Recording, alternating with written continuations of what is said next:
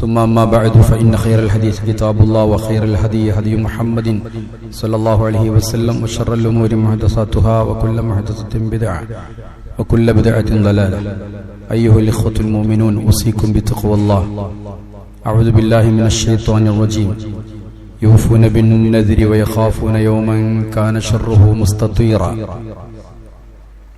ബഹുമാനമുള്ള മുഅ്മിനീങ്ങളെ, മുഅ്മിനാത്തുകളെ, മുത്തഖീങ്ങളായി തഖ്വയുള്ളവരായി ജീവിക്കണേ എന്ന് വസിയത്ത് ചെയ്യുകയാണ്.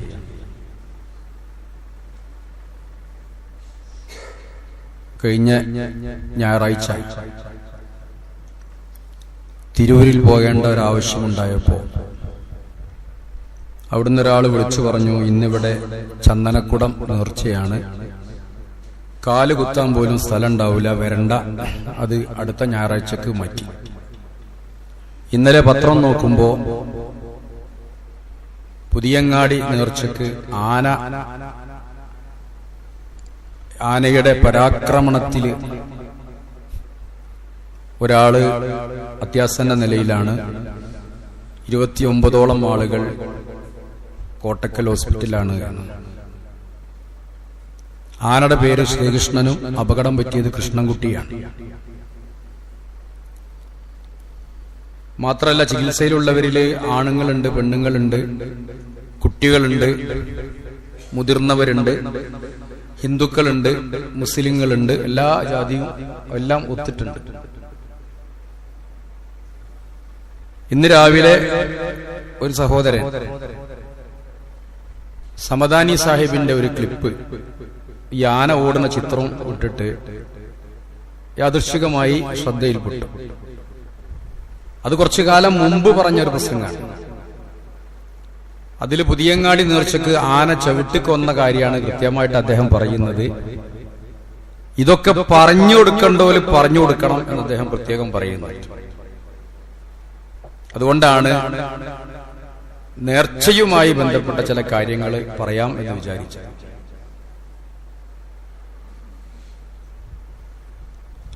ആനയോടോ കുതിരയോടോ ഒന്നും നമുക്ക് പ്രത്യേക എതിർപ്പൊന്നുമില്ല, ആഘോഷങ്ങളോടും എതിർപ്പില്ല. പക്ഷെ അത് ഇസ്ലാമിന്റെ പേരിൽ കെട്ടിവെച്ച് നടത്തുമ്പോഴാണ് അത് പ്രശ്നമായി മാറുന്നത്. ഇതിലൊക്കെ കാണുന്ന പേര് നേർച്ച എന്നതാണ് സങ്കടകരം. നേർച്ച എന്ന് പറയുന്നത് ഇസ്ലാമിലെ ഒരു ഇബാദത്താണ്. നിസ്കാരം പോലെ, സക്കാത്ത് പോലെ, ഹജ്ജ് പോലെയൊക്കെയുള്ള ഒരു ഇബാദത്തിന് പറയുന്ന പേരാണ് യഥാർത്ഥത്തിൽ നേർച്ച. അറബിയിൽ അതിന് പറയാ അൻ-നദ്ർ എന്നാണ്. നദ്ർ, നൂന് ദാല് റാ. മലയാളത്തിൽ വേണമെങ്കിൽ നേർച്ച എന്നോ വഴിപാട് എന്നോ ഒക്കെ അർത്ഥം വെക്കാം. ഇത് ഇസ്ലാമിലൊരു ആരാധനയാണ്. പണ്ട് കാലത്ത് ഉണ്ടായിരുന്നു. മറിയം ബീവി തന്റെ കുട്ടിയെ പള്ളിയിലേക്ക് നേർച്ച നേർന്നത് ഖുർആനിലുണ്ട്. ഇന്നി നദർതു മാഫി ബത്നി മുഹററ. 4 സ്ഥലത്ത് ഖുർആനിൽ നേർച്ചയെ പറ്റി പറഞ്ഞിട്ടുണ്ട്. അതിലൊന്നതാണ്, എന്റെ ഗർഭത്തിലുള്ള കുട്ടിയെ മസ്ജിദുൽ അഖ്സയുടെ പരിപാലനത്തിന് വേണ്ടിയിട്ട് നേർച്ച നേർന്നിരിക്കുന്നു എന്ന് പറഞ്ഞിട്ടുണ്ട്. അന്നത്തെ ഒരു സമ്പ്രദായമാണ്. ആൺകുട്ടികളാണെങ്കിൽ റബ്ബിന്റെ പേരിൽ ഒരു വഴിപാട് നേരുക എന്നത്. അതൊരു നല്ല കാര്യമാണ്. ഗർഭിണിയായപ്പോ ഒരു സന്തോഷം രേഖപ്പെടുത്തി. അതുപോലെ തന്നെ മറിയം ബീവിയോട് ശത്രുക്കളൊക്കെ മറിയം ബീവിയെ ആക്ഷേപിച്ചപ്പോ ഇന്നി നദർതു ലിർറഹ്മാനി സൗമ, ഞാന് റഹ്മാനായ റബ്ബിന് നോമ്പ് നേർച്ച നേർന്നിരിക്കുന്നു എന്ന് പറയണം എന്ന് പറഞ്ഞൊരു മൗനവ്രതം മറിയം ബീവിയോട് ആചരിക്കാൻ അള്ളാഹു പറയുന്നു. മാത്രമല്ല, ഒരു നേർച്ച നേർന്നാൽ അത് നിറവേറ്റുക എന്നത് ഒരു മുഅ്മിനിന്റെ ബാധ്യതയാണ്. കാരണം അതൊരു ഇബാദത്തായി മാറുന്നു. ഹജ്ജിന്റെ വേളകളിൽ ഹജ്ജിന്റെ കർമ്മങ്ങളൊക്കെ ഒരു നേർച്ചയാണ്, വീട്ടേണ്ട വഴിപാടുകളാണ്. അതുകൊണ്ട് ഹജ്ജ് കഴിഞ്ഞാൽ മുടി കളയാൻ പറഞ്ഞിട്ടുണ്ട്. സുമ്മൽ യഖ്ലൂ തഫസ്സഹും, പിന്നെ അവരുടെ മുടിയൊക്കെ കളയട്ടെ എന്നാണ്. ഹജ്ജിനൊക്കെ പണ്ട് കാലത്ത് പ്രത്യേകിച്ചും പോകുമ്പോ 3-4 ദിവസം ഇഹ്റാമിലാകുമ്പോ മുടി കളയാൻ പറ്റൂല, സുഗന്ധം ഉപയോഗിക്കാൻ പറ്റൂല. അപ്പൊ ആകെ ഒരു മുഷിഞ്ഞ അവസ്ഥയിരിക്കും. അതൊക്കെ മാറ്റിക്കളയട്ടെ. പിന്നെ വേറെ കുറെ ഇബാദത്തുകളുണ്ട്. അതിന് അല്ലാഹ് പറഞ്ഞത് വൽയൂഫു നുദൂറഹും, അവരുടെ നേർച്ചകൾ അവർ വീട്ടുകയും ചെയ്യട്ടെ, പൂർത്തിയാക്കുകയും ചെയ്യട്ടെ. വൽതവഫു ബിൽ ബൈത്തിൽ അതീഖ്, അത് കഴിഞ്ഞ് അവർ കഅബയിൽ തവാഫ് ചെയ്യട്ടെ. അവിടെയും അല്ലാഹു തആല നേർച്ചയെ പറ്റി പറഞ്ഞിട്ടുണ്ട്. അതുപോലെ തന്നെ സത്യവിശ്വാസികളുടെ ഒരു സ്വഭാവമാണത്. നേർച്ച നേർന്നു കഴിഞ്ഞാൽ അത് വീട്ടുക എന്നത് സത്യവിശ്വാസികളുടെ ഒരു ബാധ്യതയായിട്ട്, ഗുണമായിട്ട് അല്ലാഹു തആല പറഞ്ഞിട്ടുണ്ട്. അവർ അല്ലാഹു പുകഴ്ത്തുന്നത് സൂറത്തുൽ ഇൻസാൻ, ഞാൻ ഓതി കേൾപ്പിച്ച ആയത്തത്. പുണ്യവാളന്മാർ ഇന്നൽ അബ്റാർ യശ്റബൂന മിൻ കഅസിൻ കാന മിസാജുഹാ കാഫൂറ, നല്ല ശുദ്ധമായ കർപ്പൂരം ചേർത്ത പാനീയമാണ് പുണ്യവാളന്മാരായ ആളുകൾ സ്വർഗത്തിൽ കുടിക്കുക. അവരുടെ ഗുണം പറഞ്ഞിടത്ത് അല്ലാഹ് പറഞ്ഞത് യൂഫൂന ബിൻ നദ്രി വയഖാഫൂന യൗമൻ കാന ശർറുഹു മുസ്തതീറ, അവര് നേർച്ച വീട്ടുന്നവരാണ്. നേർച്ച ചെയ്തിട്ടുണ്ടെങ്കിൽ നേർച്ച വീട്ടുന്നവരാണ്. മാത്രമല്ല തിന്മകൾ പാറിപ്പറക്കുന്ന ഒരു ദിവസത്തെ ഭയാനകതയെ ഓർത്ത് അവർ ഇത്തരം കർമ്മങ്ങൾ, നല്ല കർമ്മങ്ങൾ ചെയ്യുന്നവരാണ് എന്നാണ്. അപ്പൊ നേർച്ച ഒരു ഇബാദത്താണ് എന്നർത്ഥം. എന്താണ് നേർച്ച? നേർച്ച ആക്കണോ വേണ്ടേ? അല്ലാഹു റസൂൽ പറഞ്ഞത് ലാ തൻദുറു, നിങ്ങൾ നേർച്ചയാക്കരുത്. നേർച്ചയാക്കാൻ പാടില്ല. കാരണം ഫഇന്നഹു ലാ യുഗ്നി മിനൽ ഖദ്രി ശൈഅ, ഒരു പ്രയോജനവും അതുകൊണ്ടില്ല. നേർച്ചയാക്കുന്നത് കൊണ്ട് ഒരു പ്രയോജനവുമില്ല. നേർച്ചയാക്കിയാൽ നിർബന്ധമായും അത് നിർവഹിക്കണം, ഇബാദത്താണ്. എന്താണ് നേർച്ച എന്ന് പറഞ്ഞാൽ? ഐച്ഛികമായ ഒരു കാര്യം, സുന്നത്തായ ഒരു കാര്യം നിർബന്ധമായും ഞാൻ ചെയ്യും എന്ന് ഒരു പ്രതിജ്ഞ എടുക്കലാണ്. അതാണ് നേർച്ച. ളുഹറിന്റെ മുമ്പ് 2 റക്അത്ത് സുന്നത്ത് നിസ്കാരം ഉള്ളതാണ്. ഒരാള് നിർബന്ധമായിട്ട് പറയാം, ഇന്ന് ളുഹർ നിസ്കരിക്കുന്നതിന്റെ മുമ്പ് ഞാൻ എന്തായാലും 2 റക്അത്ത് സുന്നത്ത് നിസ്കരിക്കും എന്ന് പറഞ്ഞാൽ അത് ഫർള് പോലെ തന്നെ അവൻ നിസ്കരിച്ചേ മതിയാകൂ. അത് അവന്റെ ഒരു ബാധ്യതയായി മാറി. അതൊരു ഐച്ഛികമായ കാര്യം. പാവപ്പെട്ടവൻ എന്തെങ്കിലും കൊടുക്കുക എന്നുള്ള, ഒരു യതീം കുട്ടിക്ക് എന്തെങ്കിലും കൊടുക്കുക, 10 ഉറുപ്യ കൊടുക്കുക എന്നത് നിർബന്ധമായ കാര്യമല്ല. എന്നാ അവൻ പറയാ ഞാൻ നിർബന്ധമായിട്ട് 10 ഉറുപ്യ കൊടുക്കും എന്ന് പറഞ്ഞാൽ അത് നിർബന്ധമാണ്, കൊടുക്കണം. ഓൻ മരിച്ചുപോയാലും അത് വീട്ടണം, മരിച്ചുപോയാലും അത് വീട്ടണം. ഈ മരിച്ചുപോയാൽ നേർച്ച വീട്ടണോ എന്ന് റസൂലുള്ളാഹി ചോദിച്ചിട്ടുണ്ട്. പണ്ഡിതന്മാർക്ക് അഭിപ്രായ വ്യത്യാസമുണ്ട്. ചിലർ പറഞ്ഞത് നിസ്കാരം നോമ്പ് പോലുള്ള കാര്യങ്ങളൊക്കെ നേർച്ചയാക്കിയിട്ടുണ്ടെങ്കിൽ അത് വീട്ടേണ്ടതില്ല. സാമ്പത്തിക ഇടപാടുകളാണെങ്കിൽ നിർബന്ധമായിട്ടും വീട്ടണം. ഇനി അതല്ല, നിസ്കാരാണെങ്കിലും കഴിയെങ്കിലും വീട്ടണം. അനന്തരാവകാശികള് അവന് സ്വത്തുണ്ടെങ്കിൽ അതൊന്ന് വീട്ടണം എന്ന് പറഞ്ഞവരാണ് ഭൂരിഭാഗം ആളുകൾ. അപ്പൊ അത്രയും നിർബന്ധമാണ് എന്നർത്ഥം. 10 ഉറുപ്യ കൊടുക്കാന്ന് പറഞ്ഞാൽ 10 ഉറുപ്യ കൊടുക്കണം. ഇല്ലെങ്കിൽ അവന്റെ അനന്തര സ്വത്ത് ഒരുക്കുന്നതിന്റെ മുമ്പ് ഇവൻ നേർച്ചയാക്കിയിട്ടുണ്ടെങ്കിൽ അത് കൊടുക്കണം എന്നാണ്. അതുപോലെ തിങ്കളാഴ്ച നോമ്പ് സുന്നത്താണ്. ഒരാൾ പറയാം ഞാൻ അടുത്ത തിങ്കളാഴ്ച എന്തായാലും നോമ്പ് നോൽക്കും എന്ന് മൂപ്പരാണ് തീരുമാനിക്കുക, സ്വയം തീരുമാനിക്കുക. അത് ഇൽസാമുൽ ഇബാദ ലില്ലാഹി അലയ്യ കദ, ഞാൻ അള്ളാഹ്ക്ക് വേണ്ടി ഇന്ന കാര്യം ചെയ്യും എന്ന് പറഞ്ഞാൽ അത് നേർച്ചയായി എന്നാണ്. അത് വ്യക്തമായി പറയുകയും വേണം. അല്ലാത്തതൊന്നും നേർച്ചയല്ല. ഇങ്ങനെ ചെയ്താൽ അത് നിർബന്ധമായും വീട്ടണം എന്നാണ്. അതിനെ സംബന്ധിച്ചാണ് നേരത്തെ പറഞ്ഞത് യൂഫൂന ബിൻ നദ്രി വയഖാഫൂന യൗമൻ കാന ശർറുഹു മുസ്തതീറ. അങ്ങനെ വല്ല കാര്യങ്ങളും ചെയ്തിട്ടുണ്ടെങ്കിൽ, ഇസ്ലാമിലുള്ള നേർച്ച അതാണ്, ചെയ്തിട്ടുണ്ടെങ്കിൽ തീർച്ചയായും ആ നേർച്ച അവൻ വീട്ടുക തന്നെ വേണം എന്നതാണ്. ഇനി ചില കാര്യങ്ങൾ, ഞാൻ വെള്ളക്കുപ്പായ ഇടുള്ളൂ എന്നൊരാൾ നേർച്ചയ്ക്ക്, അതൊരു വിഷയമല്ല. വേണമെങ്കിൽ ഇടാ, വേണ്ടെങ്കിൽ ഇടണ്ട, ഒന്നും പ്രശ്നമല്ല. അതുപോലെ തന്നെ വേണ്ടാത്ത കാര്യങ്ങൾ നേർച്ചയാക്കിയാൽ അത് നടപ്പിലാക്കണോ? നടപ്പിലാക്കേണ്ടതില്ല എന്നതാ. നേർച്ചയാക്കാൻ പാടില്ല. ഞാൻ അമ്മായിമാട് മുണ്ടൂല അത്ര കാലം നേർച്ചയാക്കി. അത് കുടുംബബന്ധം മുറിക്കുന്ന കാര്യം റസൂൽ പ്രത്യേകം എടുത്ത് പറഞ്ഞിട്ടുണ്ട്.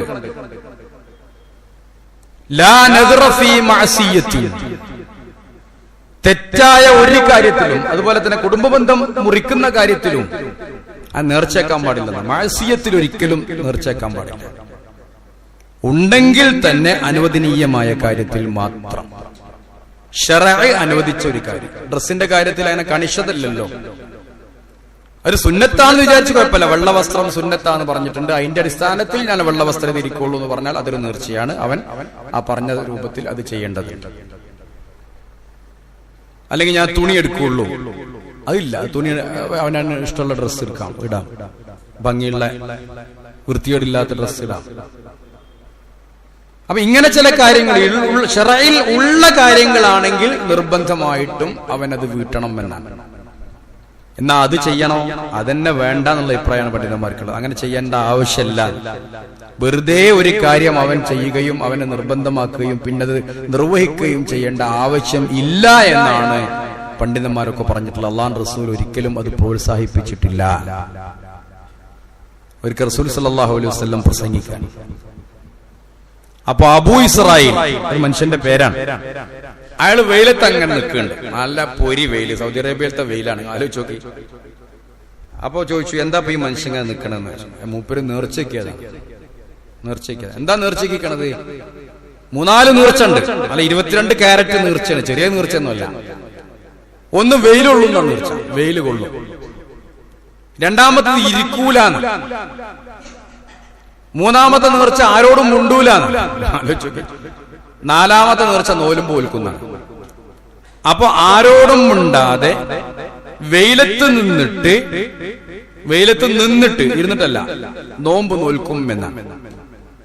ഈ നേർച്ച റസൂലുള്ള കേട്ടപ്പോ റസൂലുള്ള പറഞ്ഞു, ഓനോട് ഒരു 10 തണലെവിടെയും വന്നിരിക്കാൻ പറയും, ആ നോമ്പ് വേണമെങ്കിൽ പൂർത്തിയാക്കിക്കോട്ടെ. നേർച്ചയും അനാചാരവും അതാണ്. അപ്പൊ ഇല്ലാത്ത കാര്യമാണ് മുണ്ടാതെ വെക്കുക എന്നുള്ളത്, പാടില്ലാത്തൊരു കാര്യം. വെയില് കൊള്ളുക എന്നുള്ളത് ആവശ്യമില്ലാത്ത കാര്യമാണ്. നിൽക്കുക വെറുതെ എന്നുള്ളത് ആവശ്യമില്ലാത്ത കാര്യമാണ്. പിന്നെ അതിൽ ചെയ്യാവുന്ന ആവശ്യമുള്ള ഒരു കാര്യം ഏത് എന്ന് ചോദിച്ചാൽ നോമ്പ് മാത്രമാണ്. അതുകൊണ്ട് നോമ്പ് വേണമെങ്കിൽ പൂർത്തിയാക്കട്ടെ, അതുള്ള ഒരു കാര്യമാണ്. ലാ നദ്റ ഫീ മഅസിയ, മോശമായ കാര്യത്തിലൊന്നും നേർച്ചന്റെ ആവശ്യമില്ല എന്നതാണ്. മറ്റൊരിക്കൽ ഉഖബത്ത് ഇബ്നു ആമിർ റളിയല്ലാഹു അൻഹു, അദ്ദേഹമാണെന്ന് പറയപ്പെടുന്നുണ്ട്, അദ്ദേഹത്തിന്റെ സഹോദരി ഒരു നേർച്ചയ്ക്ക് നടന്ന് ഹജ്ജിന് പോകാനാണ്. ഇപ്പൊ അങ്ങനെ കുറെ ആൾക്കാർ യൂട്യൂബിലൊക്കെ ഉണ്ട്, നടന്നു പോയിട്ട് വന്ന ആൾക്കാർ. നടന്നുപോയി ഹജ്ജ് ചെയ്യണം നേർച്ചയ്ക്ക്. നബി പറഞ്ഞു, ഇന്നല്ലാഹ ലഗനിയ്യുൻ അൻ തഅദീബി ഹാദാ, അള്ളാഹ്ക്ക് ഇതിനെ ശിക്ഷിച്ചിട്ട് എന്ത് കിട്ടാനാണ്?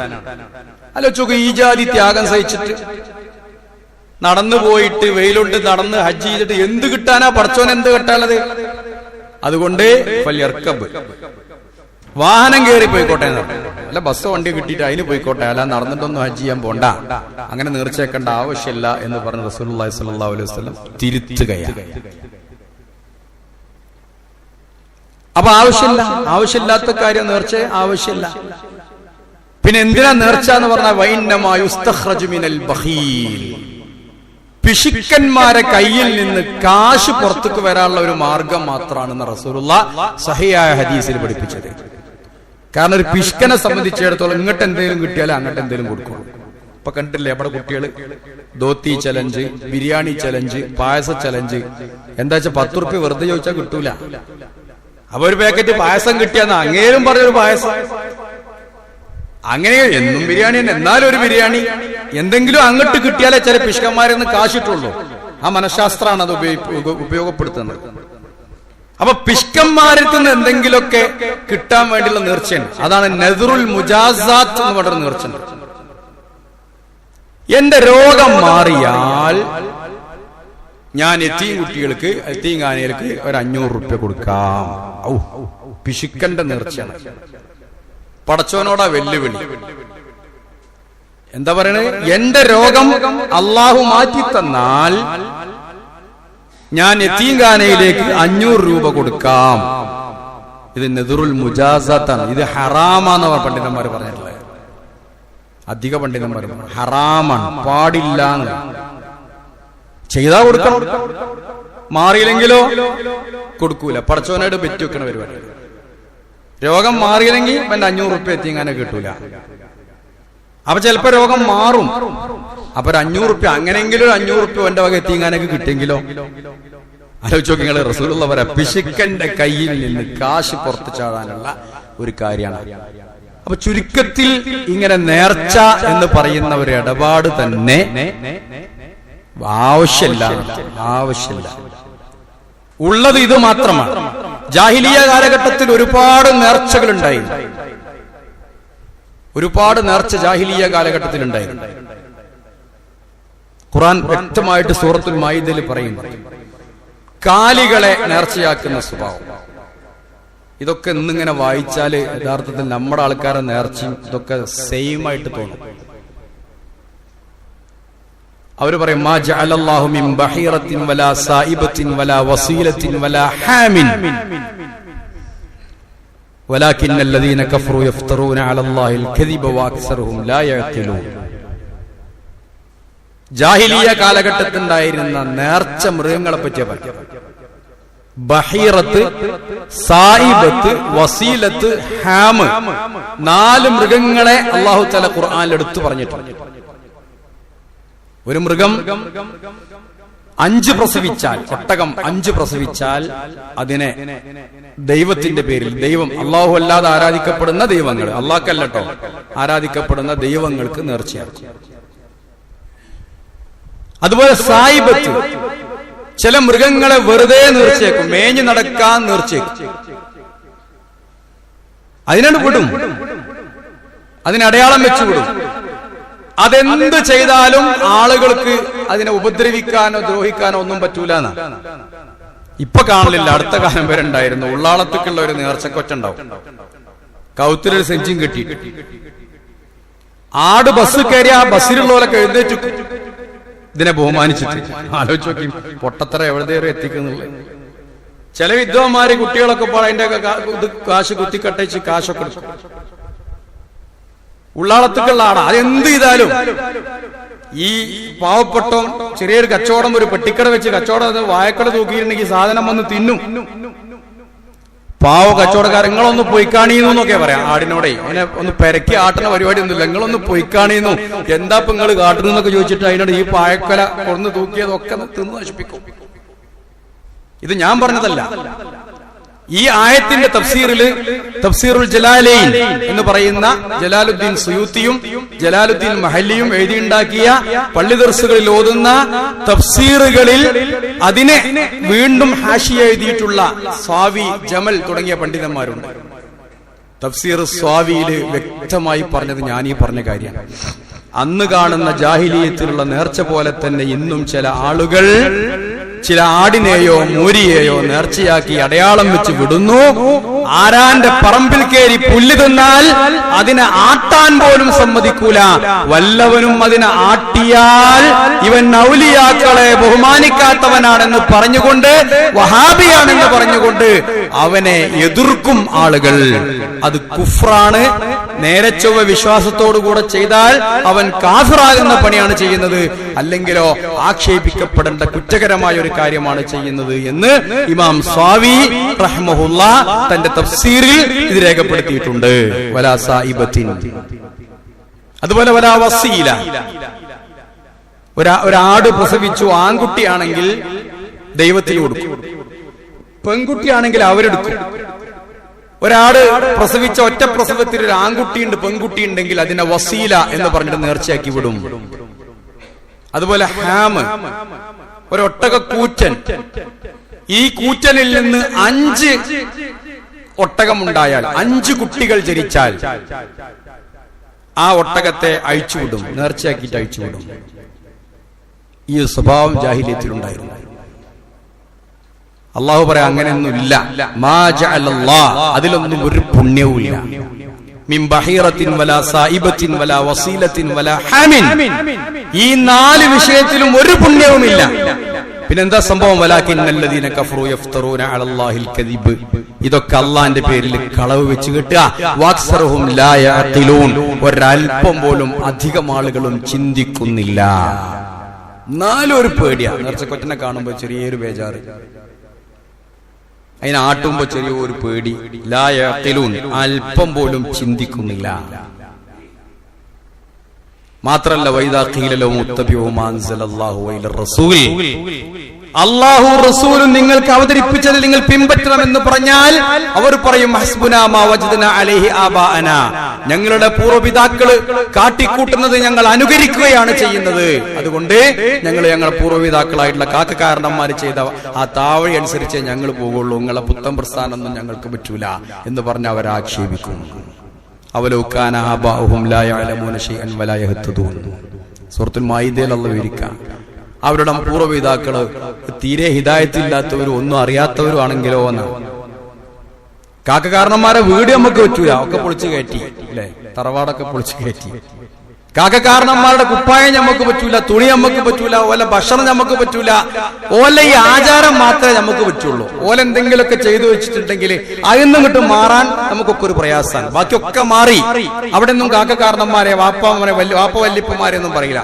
ഒരു നല്ല കാര്യം, മഹല്ലിലൊരു കാര്യം ചർച്ചക്ക് വന്നാൽ അത് നമ്മുടെ കാക്കക്കാരന്മാര് ചെയ്യണതാണ്, ഖുർആനും ഹദീസും നോക്കിയിട്ടല്ല. വേറെയും ഉണ്ടായിരുന്നു ജാഹിലിയ കാലഘട്ടത്തിൽ നേർച്ച. ആ നേർച്ച എന്താണ്? വജഅലു ലില്ലാഹി മിമ്മാ ദറഅ അലൽ ഹർസി വൽ അൻആമി നസീബ, കൃഷിയിൽ നിന്നും ഇതേപോലെ ഒരു ഓഹരി അവരുടെ ദൈവങ്ങൾക്ക് വെക്കും. ഒറ്റ വ്യത്യാസമുള്ളൂ, ആ കാലഘട്ടത്തിൽ നേർച്ച നേരുന്നത് അന്യ ദൈവങ്ങൾക്കായിരുന്നു. ഇന്ന് നമ്മളത് വലിയകളുടെ പേരിലാണ്. ഇപ്പോഴുണ്ടാവും വീട്ടില് പാമ്പ് വരുമ്പോ റിഫായി ഷേഖിന്റെ പേരിൽ ഒരു പൂവൻ കോഴി, ഒക്കെ പണ്ടത്തെ ചില ശാസ്ത്രങ്ങളാണ്. ഒരു പൂവൻകോഴി വീട്ടിലുണ്ടായ പാമ്പ് അല്ലെങ്കിലും വരൂല. മയില് കാട്ടിലുണ്ടെങ്കിൽ അവിടെ വല്ലാതെ പാമ്പുണ്ടാവില്ല, പാമ്പിനെ കൊത്തിക്കൊല്ലും പൂവൻകോഴി വന്നിട്ട്. അപ്പൊ നമ്മളതിന് പെട്ടെന്ന് അറുത്ത് തിന്നൂല, അതങ്ങനെ വലുതായി ഉണ്ടായാല് പാമ്പ് വരൂല. അപ്പൊ പൂവൻകോഴിനെ നേർച്ചയ്ക്കിടുക. അതുപോലെ തന്നെ നെല്ല് കൃഷി, ഭണ്ഡാരപ്പെട്ടി എപ്പോഴും നടക്കുന്നുണ്ട്. അവര് കൃഷിയിൽ നിന്ന് ഒരു ഓഹരി വെച്ചു എന്നാണ്. ആർക്ക്? അള്ളാഹു അല്ലാതെ ആരാധിക്കപ്പെടുന്ന മറ്റു ദേവതകൾക്കും ദേവിമാർക്കും ബീവിമാർക്കും ഒക്കെ അവര് ഒരു നസീബ് വെച്ചു, ഒരു ഓഹരി വെച്ചു. എന്നിട്ട് പറഞ്ഞു ഖാലു ഹാദാ ലില്ലാഹി ബിസഅമിഹിം വഹാദാ ലിശുറക്കായിനാ. ഓല് പറയും ഈ ഓഹരി ഞങ്ങൾക്കുള്ള കൃഷി, ഒരു പറമ്പും രണ്ട് പാടം ഉണ്ടെങ്കിൽ, അല്ലെങ്കിൽ 2 പള്ളി ഉണ്ടെങ്കിൽ ഈ പള്ളിയിലത്തെ ഞങ്ങൾക്കുള്ളതാണ്, ആ പള്ളിയിലത്തെ നമ്മുടെ മറ്റ് പാപ്പാക്കുള്ളതാണ് നേർച്ചു. എന്നിട്ടോ ഫമാ കാൻ ലിശുറക്കായിഹിം ഫലാ യസ്ഇലു ഇലല്ലാഹ് വമാ കാൻ ലില്ലാഹി യസ്ഇലു ഇലാ ശുറക്കായിഹിം. ഈ പാടത്തുനിന്ന് അള്ളാഹ്ക്കുള്ള പാടത്തുനിന്ന് എന്തെങ്കിലും അങ്ങോട്ട് പോയാല് അത് ഇങ്ങോട്ട് എടുത്തിടൂല. എന്നാ അവിടുന്ന് എന്തേലും ഇങ്ങോട്ട് വന്നാലോ അതിലേക്ക് തന്നെ എടുത്തിടും. ആലോചിച്ചു നിങ്ങള്. ഇപ്പോഴുണ്ടാവും ചില പള്ളിയുടെ മുമ്പിലൊക്കെ ഒരു ഓമാനൂർ ശ്രോതാക്കളുടെ നേർച്ചപ്പെട്ടി ഉണ്ടാവും, ഒന്ന് പള്ളി വക ഭണ്ഡാരപ്പെട്ടി ഉണ്ടാവും. പള്ളിക്ക് കിട്ടല് വളരെ കുറവേക്കാരം, കിട്ടലൊക്കെ ശ്രോതാക്കൾക്കാണ്. ശുഹദാക്കൾക്ക് കൂടുതൽ കിട്ടിയ എന്തെങ്കിലും പള്ളി കമ്മിറ്റിക്ക് കിട്ടിയത് അങ്ങോട്ട് കൊടുക്കുക എന്നല്ലാതെ അതിന്നൊരു പൈസ ഇങ്ങോട്ട് എടുക്കൂല. ഭണ്ഡാരപ്പെട്ടികളാണ് ശുഹദാക്കന്മാരുടെ നേർച്ചപ്പെട്ടി. ഒരു ഫായിദയില്ല എന്നല്ല, ഒരു കാര്യമില്ല. പിഷ്കന്മാര് വല്ലവരും അതിൽ പൈസ ഇടും. എന്തെങ്കിലുമൊക്കെ അധികവും ഭണ്ഡാരപ്പെട്ടി ഉണ്ടാകുക നമുക്കറിയില്ല. എവിടുന്നാണ് പോയാല് 1 കിലോമീറ്റർ പോയാൽ അവിടെ ഉണ്ട്. നല്ല നോക്കി നടന്നില്ലെങ്കിൽ ഹെൽമെറ്റ് ഇട്ടില്ലെങ്കിൽ ഏറ് കിട്ടും. നല്ല നാണയങ്ങൾ കൊണ്ട് 5-ന്റെയും 10-ന്റെയും നോട്ട് എടുത്തിട്ട് വേണ്ടാത്തതൊക്കെ എറിഞ്ഞു കൊടുക്കലാണ് അവിടെ. ഇടക്കിടക്ക് കളറും മാറും, പാർട്ടിക്കനുസരിച്ച് കളറും മാറും. ഇതിന്റെയൊക്കെ പിന്നിൽ എന്താ നിങ്ങൾ ആലോചിച്ച് നോക്കി.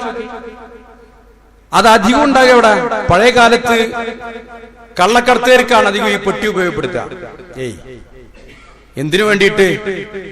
നല്ല മരം കയറ്റി വരുമ്പോ സർക്കാരിനെ വെട്ടിച്ച് മരവും മറ്റവും കൊണ്ടുവരുമ്പോ അത് സർക്കാർ പിടിക്കരുത്, അല്ലെങ്കിൽ പിന്നെ വനപാലകന്മാരോ അല്ലെങ്കിൽ ഉദ്യോഗസ്ഥരോ പിടിക്കരുത് എന്ന് വിചാരിച്ചിട്ടാണ് ഈ നേർച്ചപ്പെട്ടി നിറയാ.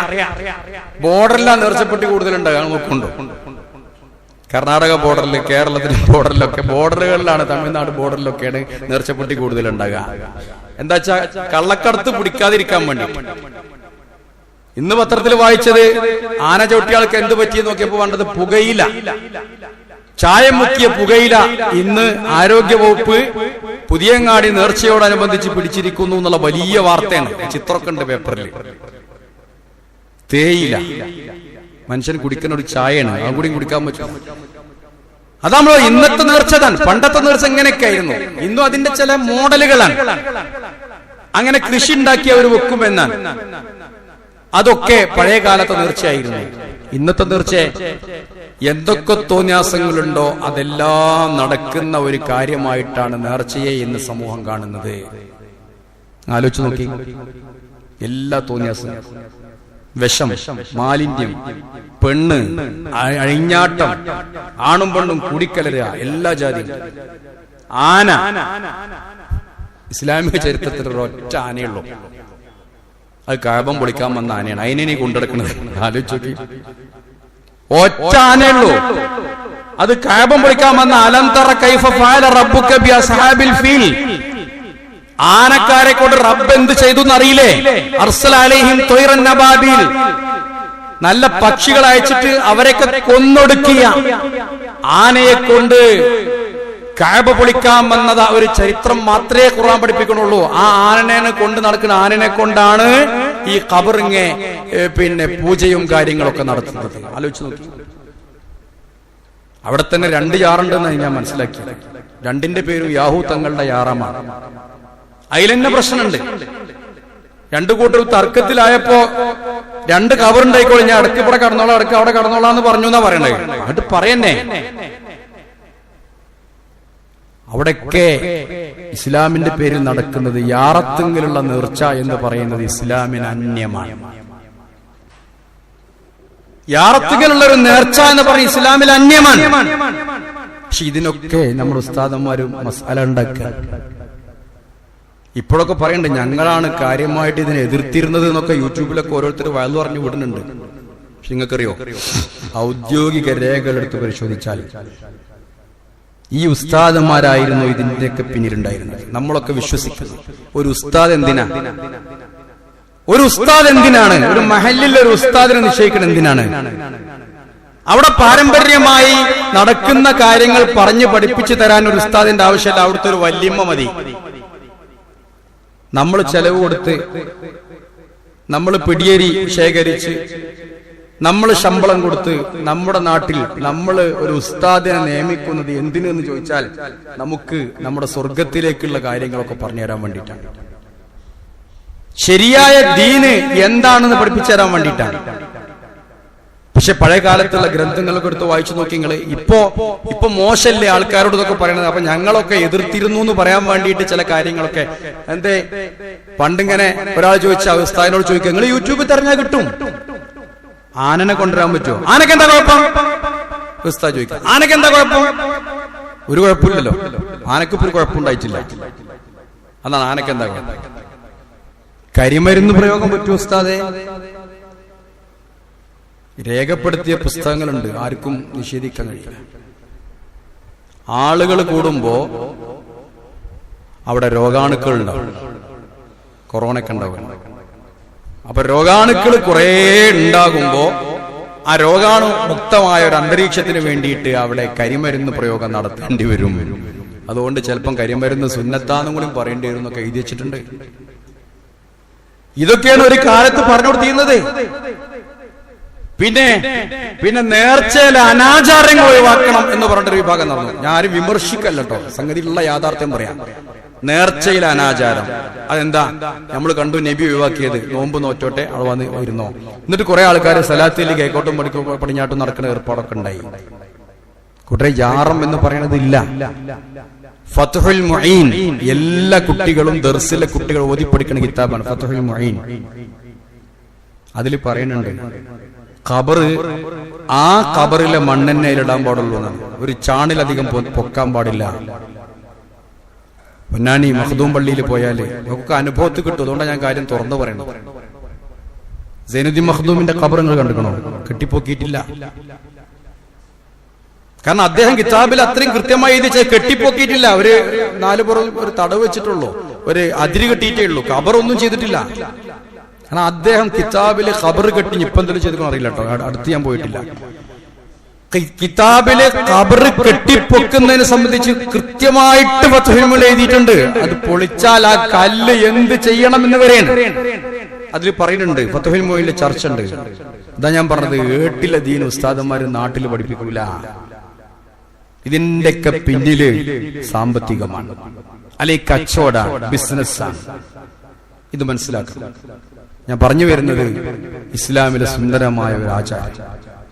ഇത് മറ്റുള്ളവരൊക്കെ ഇസ്ലാമിനെ എന്തെങ്കിലും കിട്ടിയ വിമർശിക്കാൻ വേണ്ടി നിൽക്കണം.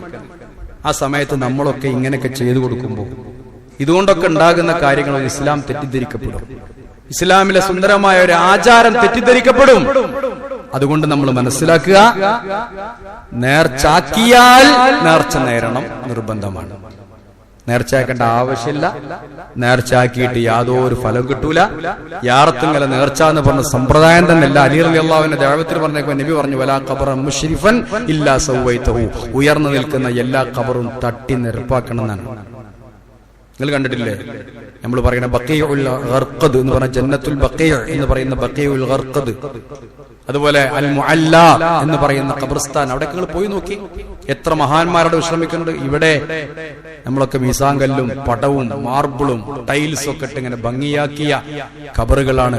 ആ ഖബറ് ഭംഗിയാക്കണോണ്ടല്ല പ്രശ്നം. അവിടെ പ്രശ്നം എന്താന്ന് വെച്ചാൽ അവിടെയൊക്കെ ഈ ആരാധനകളും നേർച്ചകളും ഒക്കെ ഇതിന്റെ പേരിൽ യാർത്തുക്കൾ, അവരൊക്കെ ഇതിന് നിരപരാധികളാണ്.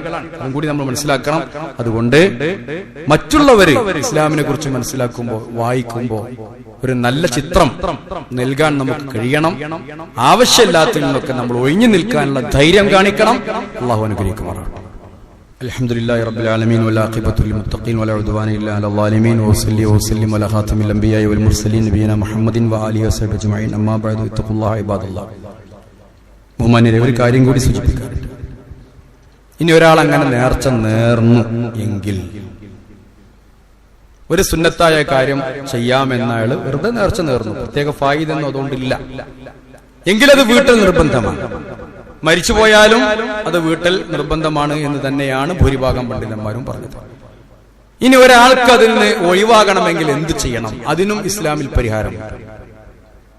അല്ലാഹു തആല പറയുന്നുണ്ട്, ഒരാൾ സത്യം ചെയ്താൽ, അത് ലംഘിച്ചാൽ അതിനൊരു കഫാറത്തുണ്ട്, പ്രായശ്ചിത്തം. ഒരാൾ സത്യം ചെയ്തു, വല്ലാഹി ഞാൻ ഇന്ന കാര്യം ചെയ്യും എന്നൊരാൾ സത്യം ചെയ്ത് പറഞ്ഞിട്ട് അത് ചെയ്യാൻ അവനെ കൊണ്ട് കഴിഞ്ഞിട്ടില്ലെങ്കിൽ അത് ലംഘിച്ചാൽ ഒരു കഫാറത്ത് അല്ലാഹു പറയുന്നുണ്ട്.